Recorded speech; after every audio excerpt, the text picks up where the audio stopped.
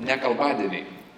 Ką apie tai? Kas dažniau skelbia nekalbadienius? Vyrai ar moterys? Aš žinot, kad nekalbadienis yra tam tikra psichologinės manipulacijos forma, Psichologinis smurtas, kurią norime pamokyti partnerį.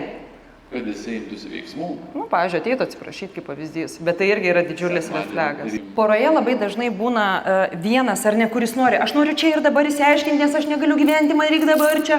Nu, bet čia dažnai būna moteris, nes moteris yra emocinės būtybės, o vyrai, ką jie daro, kai jie yra ten kažkokį, susinervinę arba sprendžia kažkokias ten problemas, jie atsitraukia. Ir labai dažnai vienam iš poros reikia pabūti atskirai, o kitas daro spaudimą, ne, sprendžiam. Ir šitas dar labiau atsitraukinėja. Kitas dalykas yra nekalbadienis, kai kitas žmogus nori parodyti, kad aš tai čia nieko nepadariau, bet tu čia.